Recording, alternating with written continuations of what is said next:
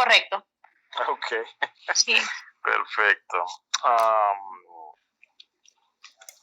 Ok, bueno, vamos a repasar hoy.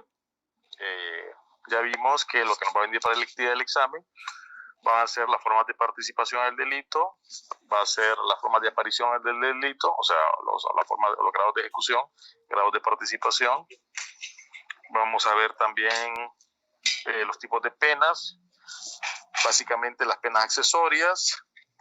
¿Qué más dijimos que íbamos a ver? Bueno, vamos a ver lo que eran los concursos de delitos para poder identificar los concursos en sí, si era un concurso real, si es un concurso ideal, si es un delito continuado, si es un delito en masa. ¿Qué más dijimos que era? Para el Ministerio Público, los tipos de delitos. Sí, el artículo 26, sí, tiene carácter de víctima, que es el artículo 17, los delitos privados, los delitos de instancia particular. En qué delitos participa el Ministerio Público, o sea, si en los delitos privados, perdón, si participa el Ministerio Público o no, y en qué casos participa, el artículo 407 de su Código Procesal Penal. Básicamente, ¿qué más era? Eso creo que era, ¿no? Se me olvidó algo. Lo que es la reincidencia.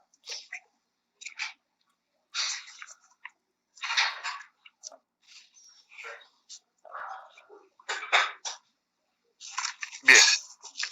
¿Alguna pregunta?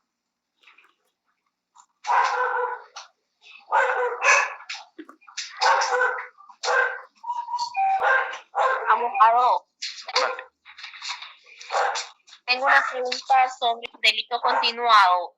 No me quedó muy claro qué es. Bueno, el delito continuado es una forma, o es un tipo de concurso que se ha creado básicamente, o sea, por regla general, fue creado para los delitos de orden patrimonial, los delitos contra la propiedad. Y consistía en que cuando una persona afectara varias veces un determinado bien jurídico, en este caso la propiedad, o sea, venía alguien y cometía el mismo delito repetidamente, ¿sí? Cuando hablo de repetidamente es que la persona planificaba esto o aprovechaba las mismas circunstancias. Por ejemplo, imagínense que usted es empleado de algún banco, que usted es empleado de alguna empresa y está a cargo de caja o de manejar dinero, y usted aprovecha su cargo particular, ¿no?, de una empresa o algún banco, y usted sustrae dinero, ¿okay? Y lo hace repetidas veces. Entonces vino el legislador y dijo, bueno, este tipo de delitos contra la propiedad no lo vamos a resolver a través de un concurso real, porque si no existiera el delito continuado, por ejemplo, lo resolveríamos a través de un concurso real. Pero el legislador quiso separar estos delitos contra la propiedad y dijo, como es el mismo sujeto pasivo del delito, ¿ok? O sea, el que recibe el delito es la misma persona, o no necesariamente es la misma persona, sino que la persona que lo realiza es la misma persona, quiero decir. Entonces, en ese caso, repite esta acción varias veces. Entonces lo vamos a resolver a través de un delito continuado. El delito continuado ha evolucionado. Ya no solo se reserva a delitos contra la propiedad. Si ustedes leen nuestro artículo 68 del Código Penal, miran que el delito continuado, de forma excepcional, también se puede aplicar para dos tipos de delitos que no son delitos contra la propiedad, como ser los delitos contra la libertad sexual y los delitos contra el honor, siempre y cuando el sujeto pasivo del delito, o sea, quien recibe el delito, sea la misma persona. ¿Ok? Entonces alguien me pregunta, ¿quiere decir entonces que cuando haya una violación va a ser delito continuado? No necesariamente. Puede ser delito continuado o concurso real. ¿Cuándo va a ser uno y cuándo va a ser el otro?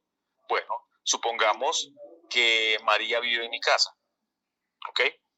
Y yo la violo repetidamente. Todos los viernes la violo.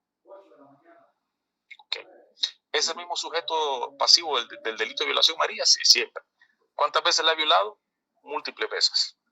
Entonces, ese caso de violación es un caso que se va a resolver a través de un delito continuado.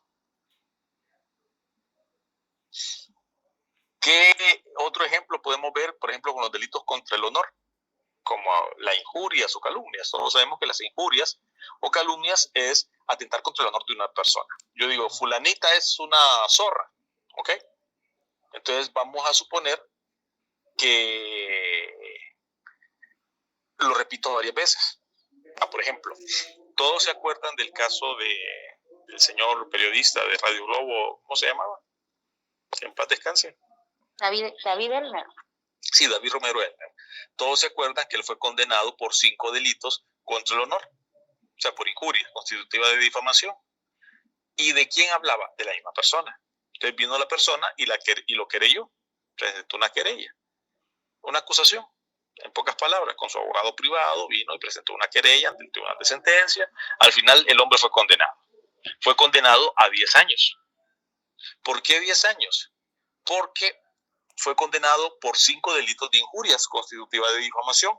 O sea, en concurso real, quiere decir que fue condenado por un delito, por el primer delito de injurias a 2 años, por el segundo a 2 años, por el tercero a 2 años, por el cuarto a 2 años y por el quinto a 2 años. ¿Cuánto me sumaba eso en concurso real? 10 años. Entonces él fue condenado a 10 años de reclusión. En aquel tiempo así se llamaba, no prisión, sino reclusión. Fue condenado a 10 años.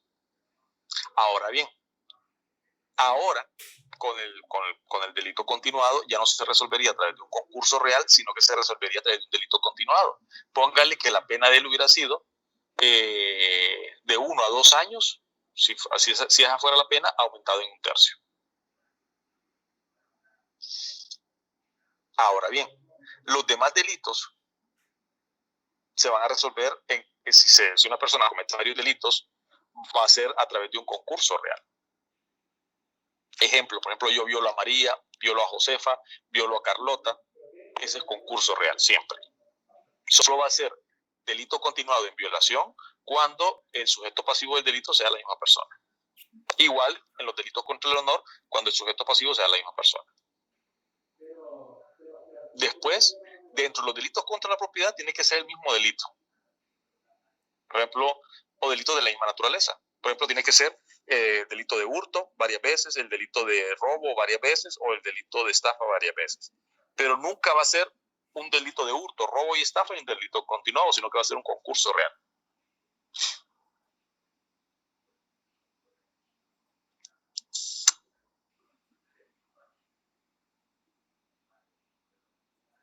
Hola. Me preguntas por si no quedó más claro para aclarárselo más. ¿O dónde saltan malas dudas? Hola. Dígame. Sí, abogado, quiere decir, o sea, ¿podría repetir lo último que dije para ver si lo que dijo en cuanto a que esto que decía que no podía ser lo que yo capté, ¿verdad? Robo y hurto al mismo tiempo, ¿o no? Sí. Bien. Ustedes pueden realizar varios delitos, jóvenes. O sea, ustedes pueden realizar un delito, no hay que usar ningún concurso. Ahora bien, si ustedes realizan varios delitos, hay que ver cómo realizaron esos delitos. Si todos los delitos, por ejemplo, si ustedes cometen 5 delitos y esos 5 delitos son consecuencia de 5 acciones, entonces estamos claros que no va a ser concurso ideal. Está descartado de plano. ¿Por qué? Porque el concurso ideal es una sola acción, varios resultados. Yo pongo una bomba y mato a 5 personas, concurso ideal. Una sola acción, 5 resultados. O pongo la bomba, provoco 5 muertes y 5 carros destruidos. 5 delitos de asesinato y 5 delitos de daños. Todos esos 10 delitos son consecuencia de una sola acción, concurso ideal. Mato a una mujer embarazada, concurso ideal. Una sola acción, 2 delitos, la muerte de la madre y el aborto que provoqué. Recuerden que el aborto es la muerte de un ser humano durante el embarazo o durante el parto. Entonces, 2 delitos. Ahora bien, si los delitos que yo cometo no son consecuencia de una sola acción, entonces queda descartado el concurso ideal. ¿Y qué es lo que me sobra? Bueno, concurso real, delito continuado y delito en masa. Cheque. Si los delitos que cometí, en el caso de las 5 muertes y los 5 daños, quedar descartado el delito continuado. ¿Por qué? Porque el delito continuado no lo voy a utilizar en delitos personalísimos, en delitos, perdón, que los bienes jurídicos sean personales. ¿Y cuáles son esos bienes jurídicos personales? La vida, la libertad sexual, ¿cómo se llama? La libertad de locomoción, el honor. Esos son delitos eminentemente personales o bienes eminentemente personales. Eso no va a entrar el delito continuado. Eso siempre va a ser un concurso real, excepto en los delitos contra la libertad sexual cuando la víctima sea la misma persona. Y en los delitos contra el honor cuando la víctima sea la misma persona. Ahí sí pudiera ser un delito continuado. De lo contrario, va a ser un concurso real. Entonces, ya vimos que cuando primero ver cuántas acciones realizó la persona. Si los resultados corresponden a varias acciones, entonces concurso real, normalmente. Si esos delitos fueron producto de varias acciones, entonces descartamos el concurso ideal y queda el concurso real o delito continuado. Pero el delito continuado básicamente solo se utiliza en los delitos contra la propiedad y excepcionalmente en los delitos contra la vida, en delitos contra la libertad sexual, cuando el sujeto pasivo es el mismo, y en los delitos contra el honor, cuando el sujeto pasivo es el mismo. Ahora bien, dentro de los delitos contra la propiedad, el delito continuado, hay una excepción. Y es que cuando los delitos son de diferente naturaleza, no podemos hablar de un delito continuado. ¿Cómo así? Me van a preguntar ustedes. Bueno, no es lo mismo un hurto, un robo y una estafa.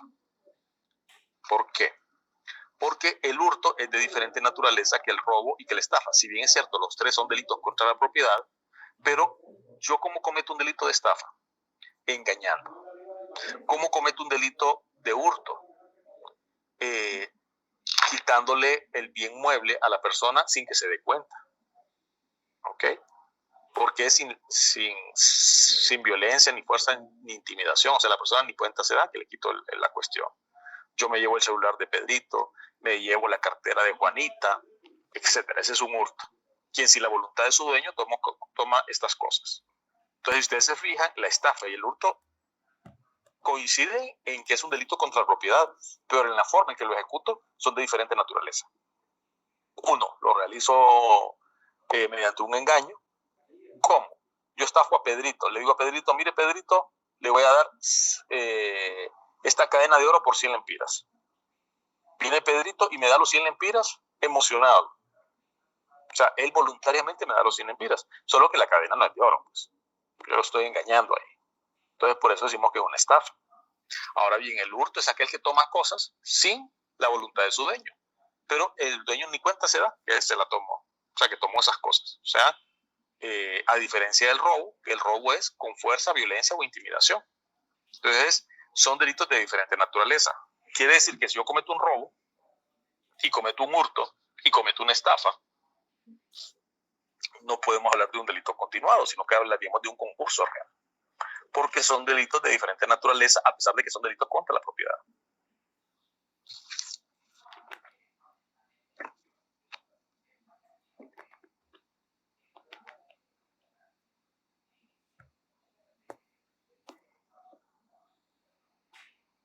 Hola. Agradezco, abogado, la explicación. A la orden. Bien. Abogado, Dígame. yo tenía una duda en qué se basa en sí el delito en masa. El delito en masa, como les explicaba la vez pasada,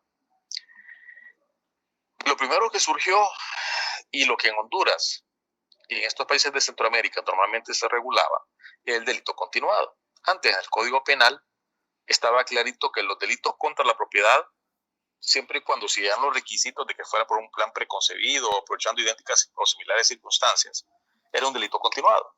Por ejemplo, la señora que hurtaba en la empresa varias veces iba a ser un hurto continuado normalmente, si era por un plan o aprovechando idénticas o similares circunstancias. La señora que estafaba o el señor que estafaba a varias gente por un plan preconcebido, estafa continuada, perfecto. En Europa, en España. Surgió el delito en masa después de la Segunda Guerra Mundial, pero eso no se lo chepeamos a España hasta hace poco. ¿Y cómo surgió esta figura del delito en masa? Pues básicamente es el delito continuado, solo que agravado. Es más, el legislador, si ustedes leen el artículo 68, dejó exclusivamente el delito en masa para la estafa y el fraude. O sea que el delito en masa solo son para dos delitos, en masa y en fraude. ¿Y cuál es, y cómo puede ser una estafa continuada convertirse en estafa en masa o delito en masa? Bueno, el requisito es que esa estafa que yo cometo contra varias personas sea un número indeterminado de personas. ¿Qué significa eso? Significa que cuando es una estafa monumental, que no podemos determinar cuántas personas fueron estafadas o defraudadas, entonces en ese caso hablamos de un delito en masa. O sea, lo que quiso hacer el legislador fue lo siguiente, y decir, bueno, este delito continuado ya no le vamos a llamar continuado por la gravedad del delito, o sea, de los delitos cometidos, porque fueron una cantidad increíble de delitos. Entonces, en ese caso, se convierte o evoluciona, ¿ok?, a delito en masa. ¿Cuál es el requisito para que un delito continuado se convierta en delito en masa? Básicamente, primero, solo pueden ser dos delitos, estafa y fraude. No cabe el hurto, no cabe el robo, solo estafa y fraude. Segundo, que sea contra un número indeterminado de personas. ¿Qué significa eso? Bueno, imaginémonos que yo estafe o defraude a través de la televisión o a través de cualquier situación a cientos y cientos y cientos o miles de personas. ¿De qué manera? A mí el ejemplo que se me ocurre más fácilmente es, imaginémonos que me invente una Teletón y que con esa Teletón, ¿cuántas personas que contribuyeron con los botellones, que dieron dinero en efectivo, depósitos en una cuenta? O sea, ¿cuántas personas fueron? Y cantidad innumerable. No sé cuántas personas son. Entonces, ahí podemos hablar de un delito en masa, de un fraude en masa o de una estafa en masa. Y la otra forma que se puede convertir en delito en masa, una estafa o un fraude, es que los montos defraudados o estafados sean tan insignificantes, pero tan insignificantes que por sí solo nos constituirían un delito. Por ejemplo, se imagina que yo lo estafe a usted con un centavo o lo defraude con un centavo.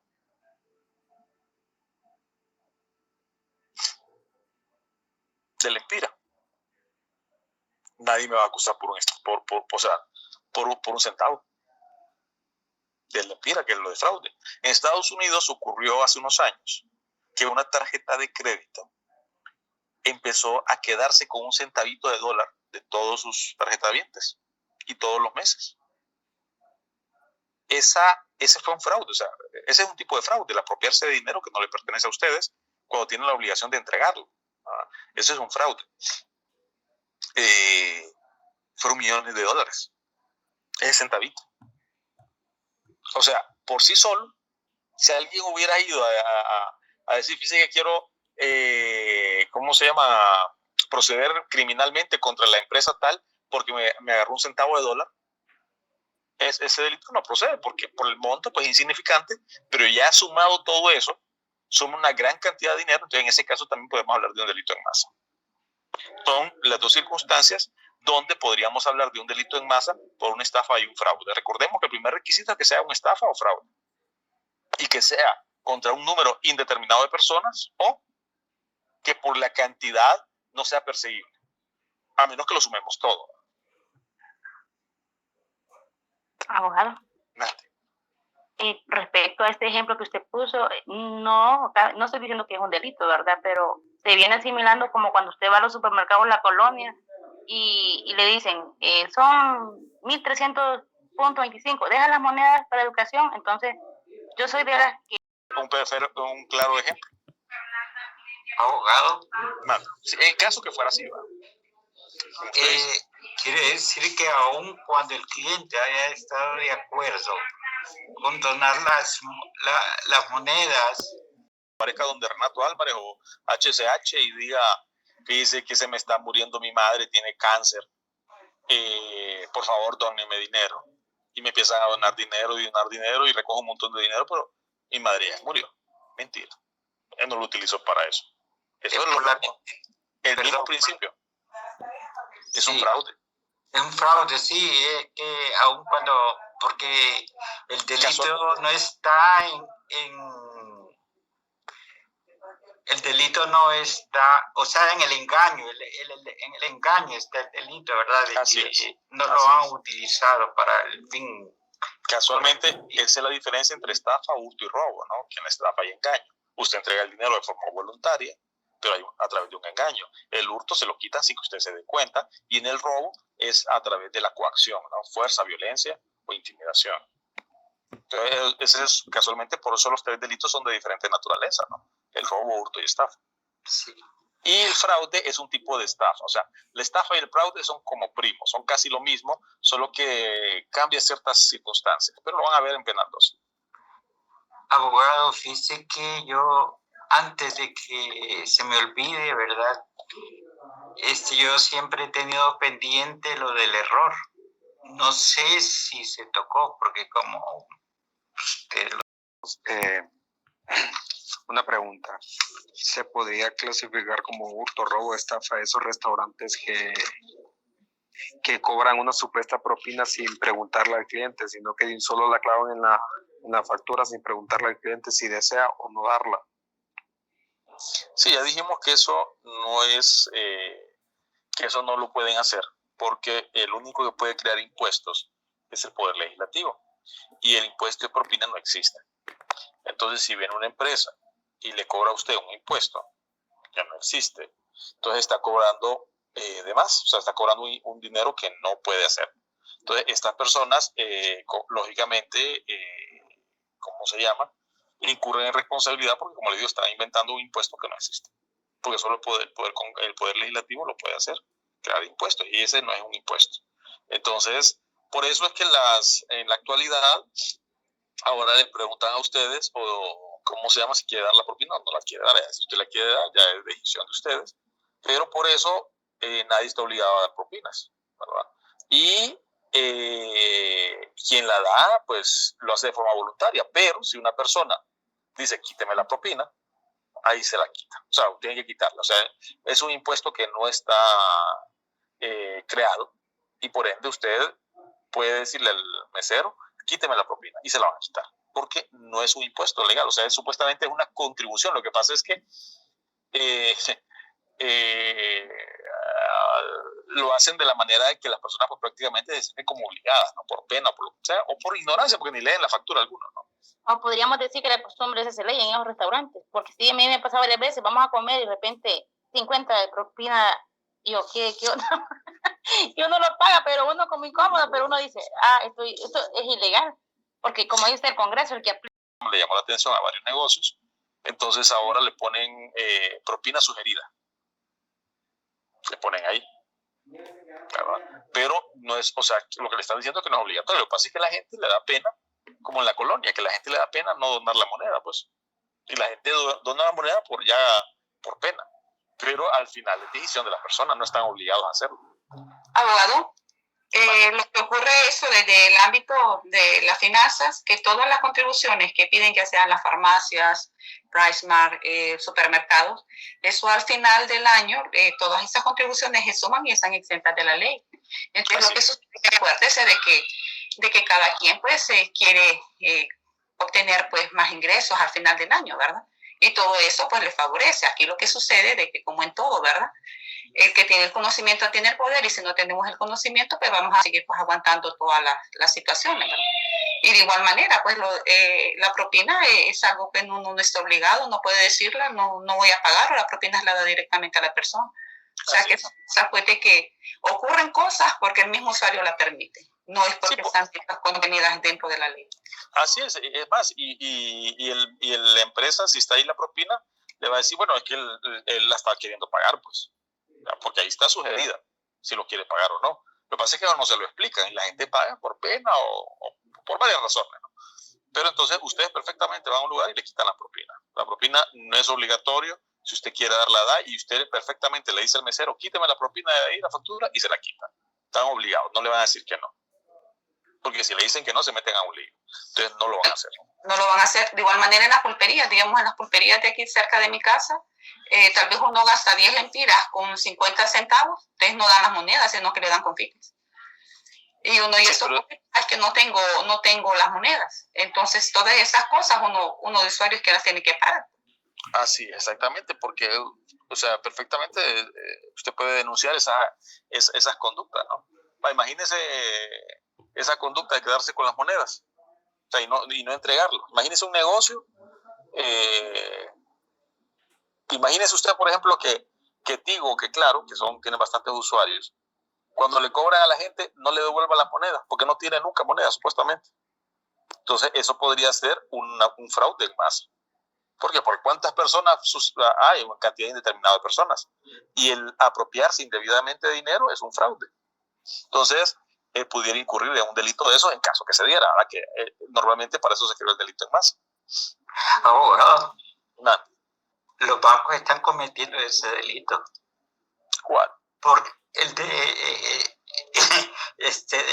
fraude, porque se lo digo por lo menos conmigo, no los centavos, o sea, es que no hay monedas, ahora no hay monedas de 1 ni de 2,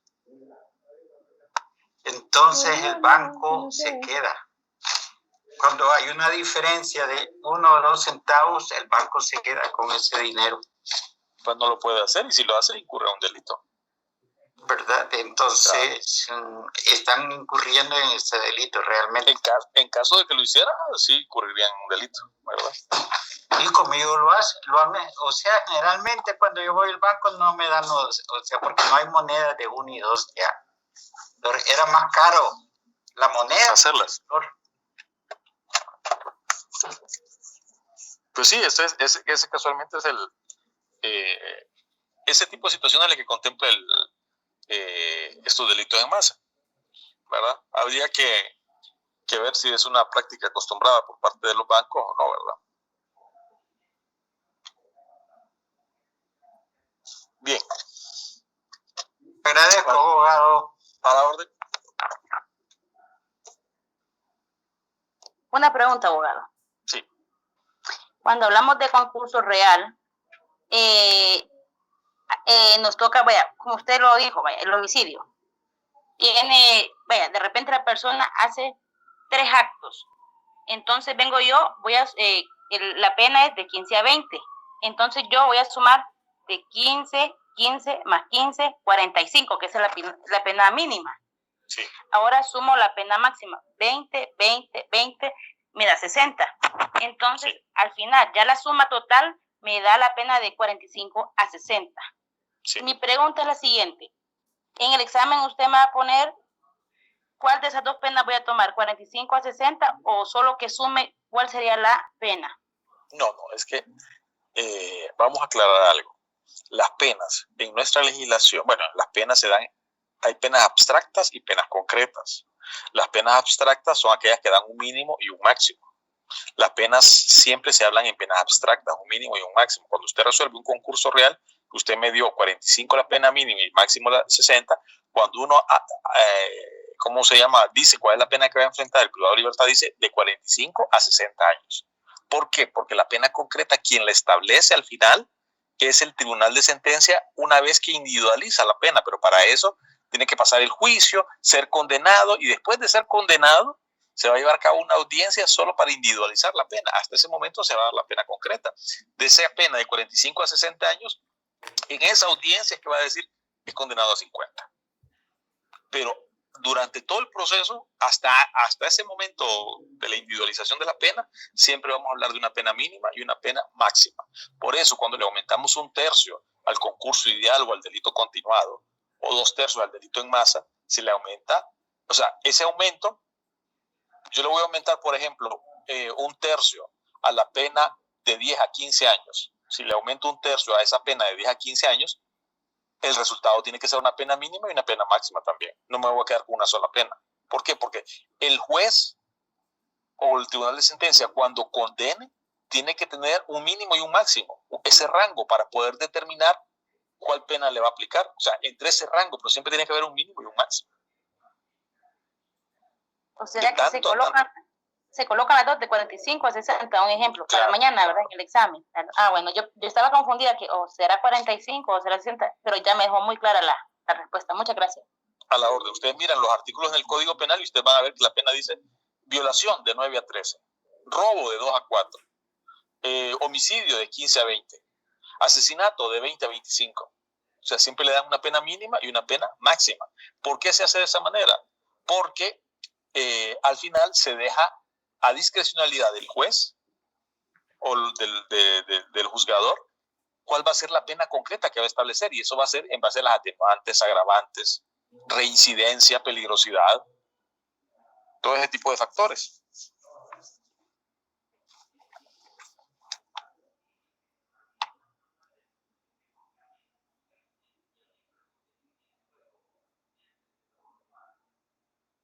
Y solo para quedar clara, la siguiente pregunta. ¿Toda condena llevará aparejada una inhabilitación absoluta o especial? Entonces, si una pena, abogado, quiero que me deje bien clarita esta pregunta. Si una pena tiene, la pena es de, de 2 a 5 años, pues yo la tomo como inhabilitación especial, porque está hasta los 5 años.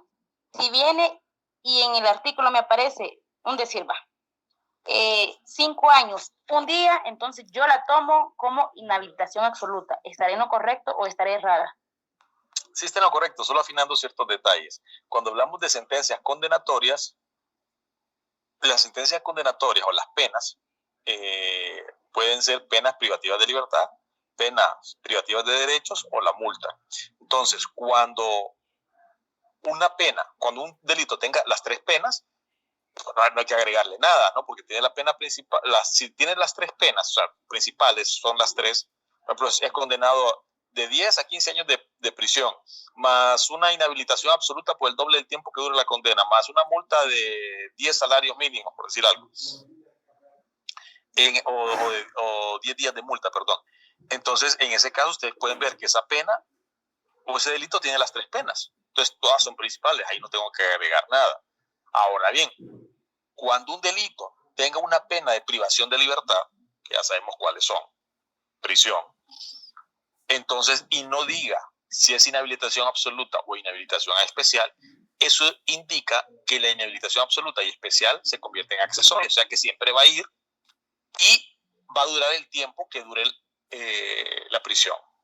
Si la prisión no dura más de 5 años, va a ser especial. Si es más de 5 años, absoluta la inhabilitación. Muchas gracias. A la orden.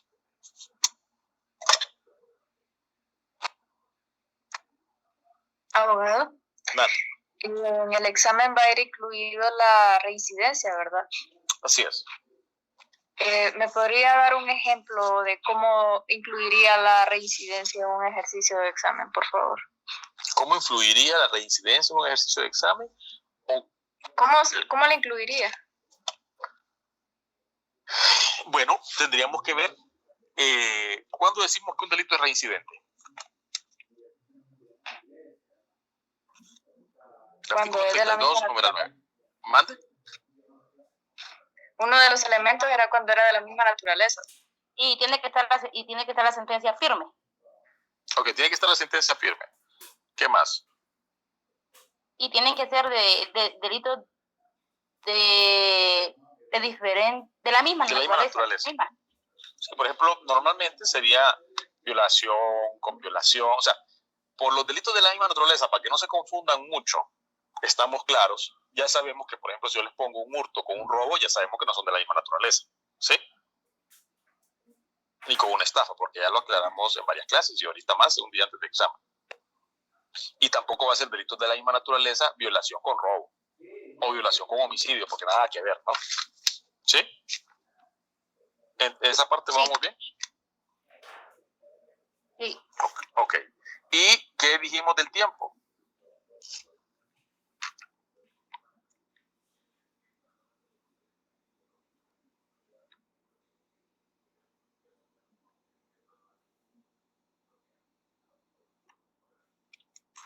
Parece que habla algo, tengo así algo, parece, no sé si estoy equivocado, abogado, que para que sea reincidente tiene que ser dentro de los 10 años, algo así. Que ahí me ayuda el compañero, sí, no andamos tan mal. Tiene que ser entre los 10 años mientras no se han borrado los antecedentes. ¿Dónde está eso? En el artículo 32, inciso 9. No. O en el artículo 117, numeral 2. ¿Qué dice el 117, numeral 2?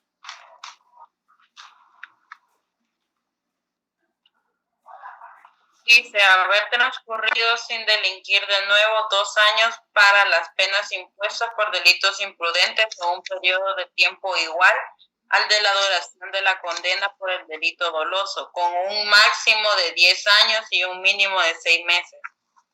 O sea que los delitos imprudentes, 2 años, ¿ok? O sea, dentro de los 2 años no puede delinquir, porque si delinque ya se considera reincidente. Y para los delitos dolosos, el tiempo de la condena, porque la condena puede ser, ¿cómo se llama? O sea, diferentes condenas, ¿no? Ahora bien, si la condena es menos de 10 años, el tiempo de la condena. Por ejemplo, si alguien es condenado por un delito de violación a 9 años, pues él no tiene que cometer un delito dentro de los 9 años siguientes, ¿no? Ahora bien, si alguien es condenado a 20 años de prisión, pues aquí sería 10 años, porque dice que el tiempo de la condena y como máximo 10 años.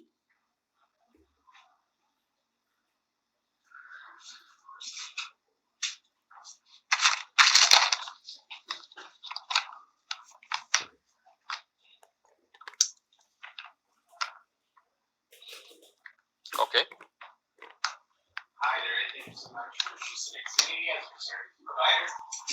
Y empieza a contarse desde cumplida la pena. Desde el día siguiente de haber quedado cumplida la pena.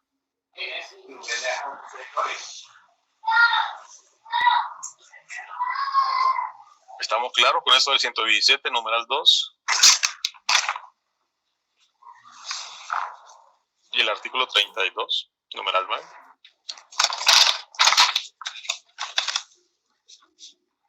Ya miro que ahí los voy a agarrar. No, abogado, no. No, sí, usted lo tiene claro, pero yo creo que los demás no lo tienen claro, así que ahí me imagino que van a fallar muchos.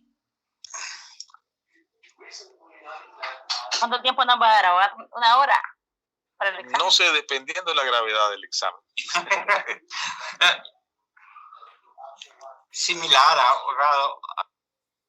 ¿Cuánto dimos la última vez? 30 minutos. 30 minutos. 40 minutos. 40 dio. Ok, vamos a ver. 40 minutos yo, abogado. Si está fácil, vamos a dar 40. Si está difícil, vamos a dar 1 hora. Bueno. Abogado, Bueno, Ojalá que de los 40. ¿podría explicarme el artículo 69? la regla del 69. Sí, la regla del 69 me dice, antes cuando se aumentaba, trabajamos con la pena mínima y la pena máxima. Por ejemplo, si usted me dice, auméntele 1/3 a la pena de 15 a 20 años, antes de este código penal, trabajamos con la mínima y con la máxima, aumentándole, por ejemplo, 1/3 a 15 y 1/3 a 20. Ahora ya no. Ahora el legislador me dice, si usted le va a aumentar a una pena, trabaje con la pena máxima. Por ejemplo, si yo voy a trabajar con la pena de 9 a 13 y le voy a aumentar 1/3, ¿cuál es la pena máxima entre 9 y 13? 13.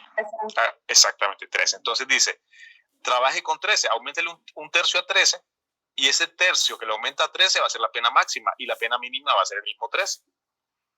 ¿Sí? Recuerden que tenemos que tener una mínima y una máxima siempre, ¿no? O sea que la base siempre va a ser 13. Bueno, para esta pena, si fuera de 15 a 20 y tengo que aumentarle 1/3, ¿cuál sería la base? 20. Exactamente. Entonces la pena mínima ahí, ¿cuál sería? 15. No. 20. 13. Ok, vuelvo a repetir. O sea, entre 15 y 20 la pena mínima es 15, pero ahorita no estamos hablando de eso, estamos hablando de que le voy a aumentar 1/3 a la pena de 15 a 20. Entonces yo pregunto, si yo le aumento 1/3 a la pena de 15 a 20, ¿cuál es mi pena mínima? 20. 20, claro. Y el aumento, y la pena máxima va a ser 20 aumentado en 1/3, ¿sí? Sí. Ok. Y ese es con respecto al aumento. Con respecto a la rebaja, me dice, bueno, si usted le va a rebajar 1/3 o lo que usted le quiera rebajar a la pena de 15 a 20, ¿cuál es la base? 15. Exactamente, 15. si voy a trabajar con 15. Entonces, ¿cuál va a ser mi pena máxima ahí? 15. 15. Y la pena mínima va a ser 15 rebajada en 1/3. Entonces, eso es lo único que me dice el 69. Pero eso no se aplica en ningún delito, ¿o sí? No. O sea, O sea, concurso de delito se aplica lo que acaba de hablar usted, abogado. lo que acabo de hablar del 69 se aplica para aumentos o disminuciones que usted le va a hacer a las penas. ¿Y por qué usted va a aumentar? Le va a aumentar en un concurso ideal. Por ejemplo, en un concurso ideal usted tiene que aumentarle 1/3. En un delito continuado usted tiene que aumentarle 1/3. En un delito en masa usted tiene que aumentarle 2/3. ¿Y cuándo va a disminuir la pena? Cuando sea cómplice, que se le rebaja 1/3. Cuando sea tentativa acabada o inacabada, que se le rebaja 1/3 o 1/4. De eso no se acuerdan, ¿verdad? De las tentativas. Sí, nos acordamos. Bueno, espero que sí. Abogado, pero ya ahorita ya tengo otro panorama, o sea, así como usted lo explicó ahorita, así se aplica en los delitos real y en el otro, en el continuado. No. Tal y como usted. No. Es que no me confunda, el concurso real no se le aumenta nada, sino que se suman los delitos. El real, el ideal. Al ideal y el delito continuado y el delito en masa sí se le aumenta 1/3 o 2/3. Pero el concurso real, recuerde que no se le aumenta nada, sino que se suma. Sí, pero también, así como usted lo explicó ahorita, que tomamos la pena, así como se lo explicó ahorita, así es el ejercicio. No sé, si usted lo que quiere preguntar es que si así voy a poner en el examen. ¿Sí? Pues no sé, puede ser, sí, puede ser. Lo importante, sí, es que no sé, todavía no lo he hecho. Ay, abogado, tenga compasión de nosotros. No, hemos estudiado, abogado, pero sí, bueno. Es que penales es bonita clase y usted la da excelente, pero es que también hay que leer, como dice, esos artículos. Claro. Bueno, gracias. No, a la orden. ¿Quedó claro la regla del 69? Abogado, Sí. en el caso de que sea de 15 a 20, entonces, y si le aumentamos 1/3, solo para reafirmar a ver si lo entendí, se tomaría entonces el 20, ¿verdad? Entonces Sí. se dice que se aumentaría 1/3, entonces quedaría a 26 años.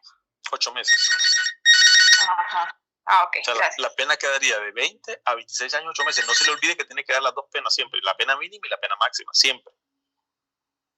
Entonces la pena quedaría de 20 a 26 años, 8 meses. ¿Sí? Sí, gracias. Ok. Y entonces el 15, ¿qué hace ahí, abogado? El 15.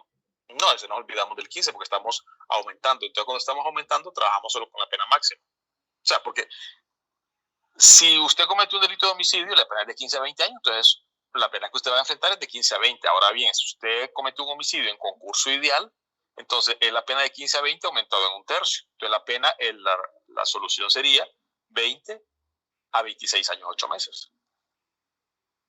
Porque le está aumentando 1/3 a la pena de 15 a 20. Entonces la mínima sería 20 y la máxima el 26 años, 8 meses. Así es.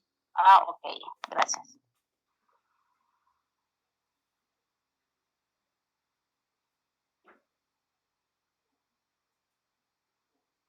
No, si yo les pregunto en examen, algún tipo de, les pondría, la pena sería de 15 a 20 aumentado en 1/3. Por ejemplo, no les voy a poner que hagan el cálculo, porque no están haciendo el cálculo, lo van a hacer el primer parcial de penal 2. Esa era mi pregunta, esa era mi pregunta. Ella hasta con la calculadora estaba aquí, abogado, no le miento. No. O sea, lo que yo puedo preguntar es, si alguien comete un concurso ideal, como por ejemplo, Pedro mata a una mujer embarazada, la pena sería, suponiendo que el homicidio es de 15 a 20 y el aborto es de 8 a 10 años, ¿ok? Entonces yo les pondría a ustedes, Pedro comete un delito de homicidio contra María, que estaba embarazada, y comete el delito de aborto. ¿Qué concurso sería? Delito ideal. Concurso ideal. Ok. ¿Cuál sería la ecuación de la pena? Sería, por ejemplo, les pondría A, 15 años, B, 20 años, C, 26 años, 8 meses, D, ninguna es correcta, H, de 20 a 20 años aumentado en un tercio.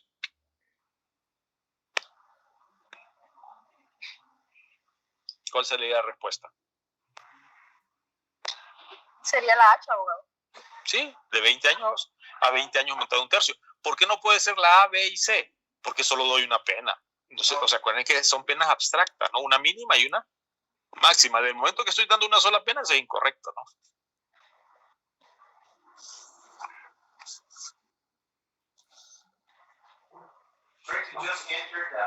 Gracias por la aclaración, Otro abogado. ejemplo, abogado, excelente. Otro ahí No con se me ocurre Abogado, ahorita. ¿cómo sería Mande. en delito en masa? El delito en masa sería, por ejemplo, alguien comete un fraude en masa. Suponiendo que la pena fuera de 2 a 4, entonces la pena sería de 4 aumentado en 2 tercios. O sea, perdón, sería 4 mínima y de 4 a 4 años aumentado 2 tercios. Eso sería un delito en masa. Excelente. Entonces usted ahí podría poner inciso A, 15. Inciso B, 20. Inciso C, 26.8. Inciso... podría poner, por ejemplo, ¿cuál es la pena para el supermercado que se agarró centavitos, etcétera, etcétera?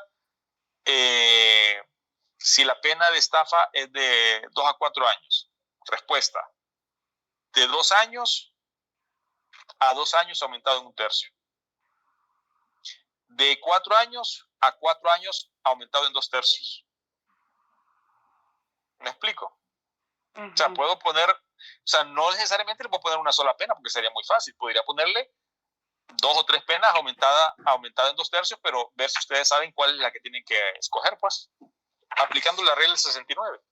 En este caso sería 4.2 tercios, abogado, en el último que dio en el del supermercado.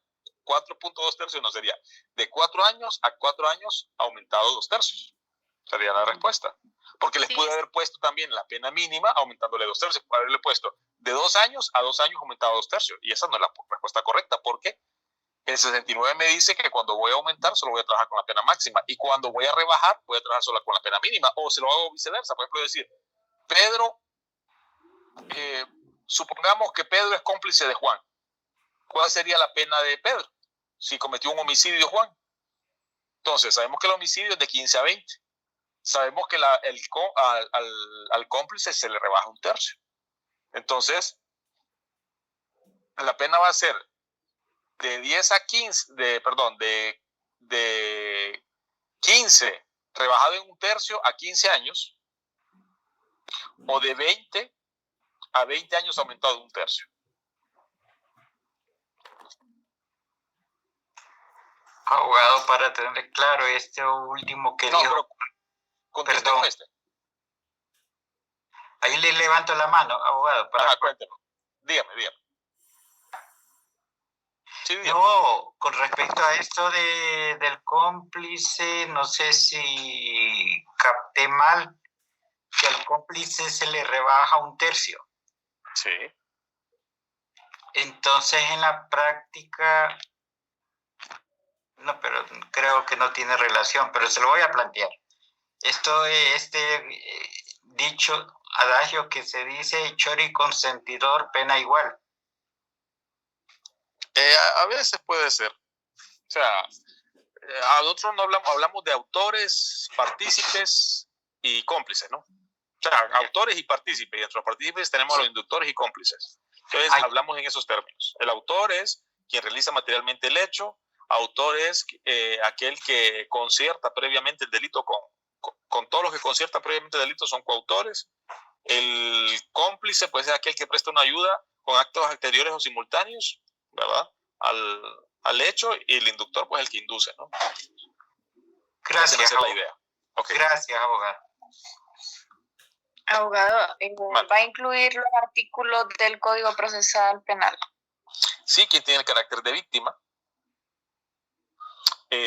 ¿Cuáles son los delitos privados y los delitos de instancia particular? Claro que sí. Y el 407, que tiene que ver en qué caso el Ministerio Público va a intervenir en los delitos privados. ¿Ok? Y el artículo y al fin, abogado, terminemos el ejercicio de Pedro cómplice de Juan. Entonces usted dio 2, 15, bajar a 15. A 15 dijo. Y también dijo el otro, dijo de 20 aumentado un tercio. De 20 a 20 aumentado un tercio. ¿Eh? Entonces la respuesta sería de 15, rebajado de un tercio a 15, ¿no? El inciso A. Un ejemplo. Estamos guiándonos. Gracias, abogado.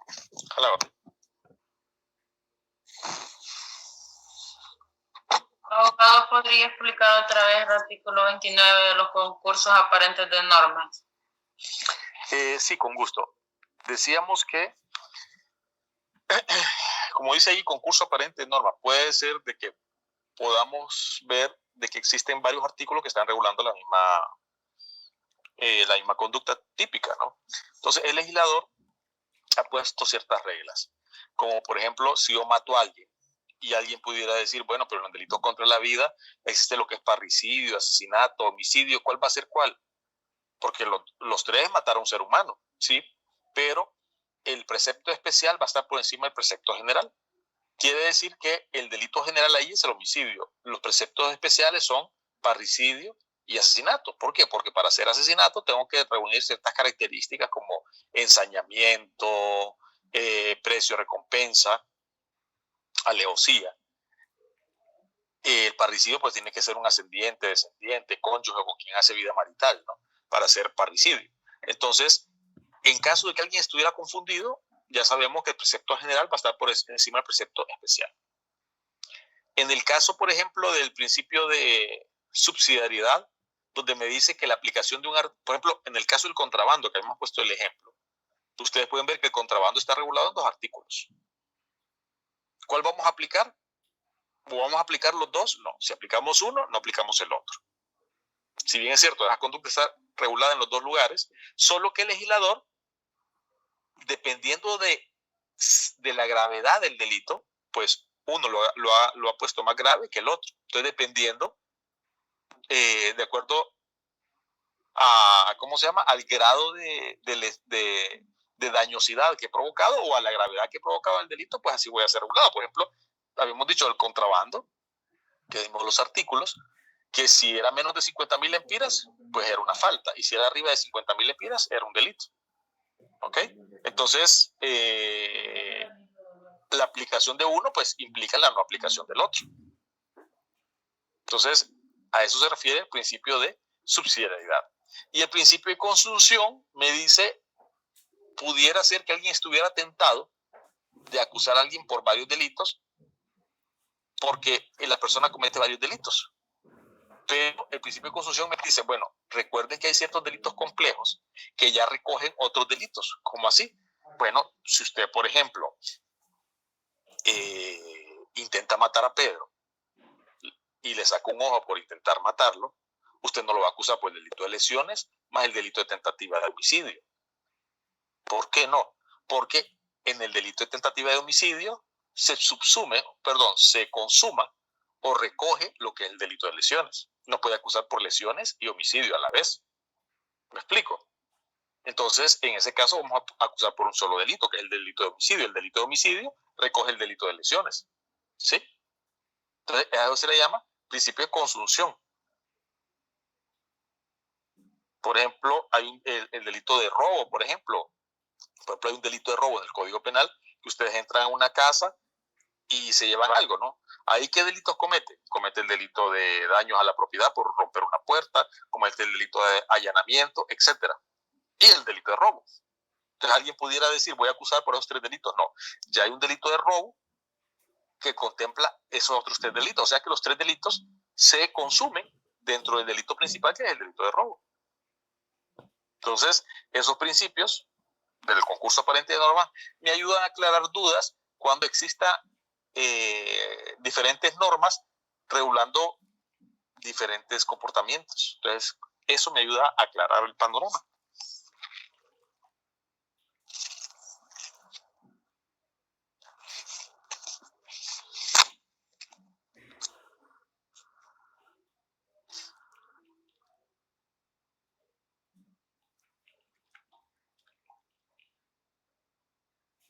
Por ejemplo, si todo lo que se va a regular por divorcios, ¿quién lo va a regular? ¿El Código de Familia o el Código Civil?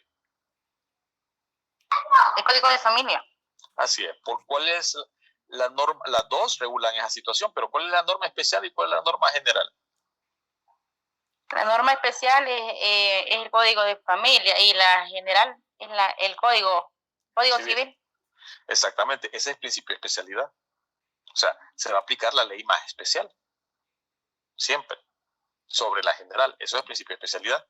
El principio de subsidiariedad, por ejemplo, el delito de amenazas, prácticamente el principio de subsidiariedad es cuando se regula el mismo delito, o la misma conducta, perdón, pero a diferentes grados.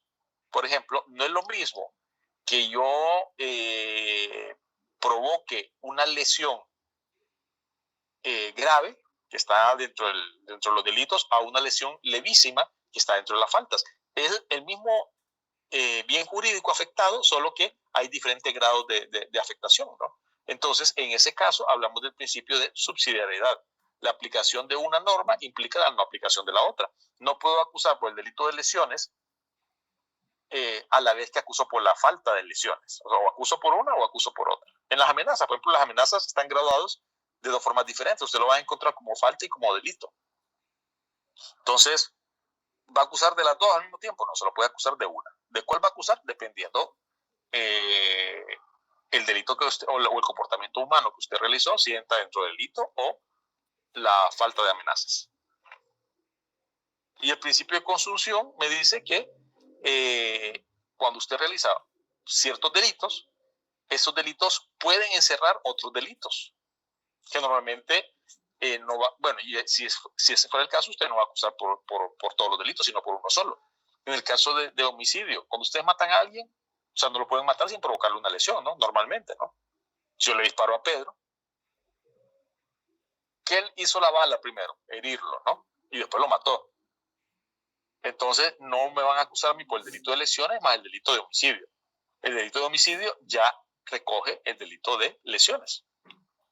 Se consume el delito de lesiones en el delito de homicidio, ¿sí? Entonces, a eso se refiere.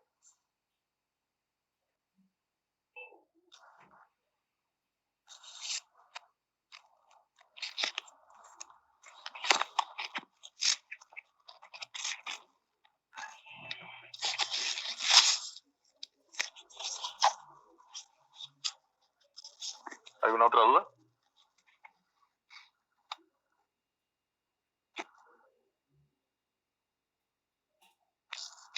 Creo que no, abogado. Ok, jóvenes, bueno, cualquier duda me la hacen por el chat. Nos vemos mañana el día del examen. Lo que hemos visto, los artículos que les mencioné, por favor, léanlos o dejen para mañana. Traten de leerlos ahorita, porfa, para que no tengan problemas mañana. Si no, no les va a gustar el tiempo. Por favor, abogado, por favor. Sí, gracias, abogado, por el consejo. Ok, bueno, pasen feliz.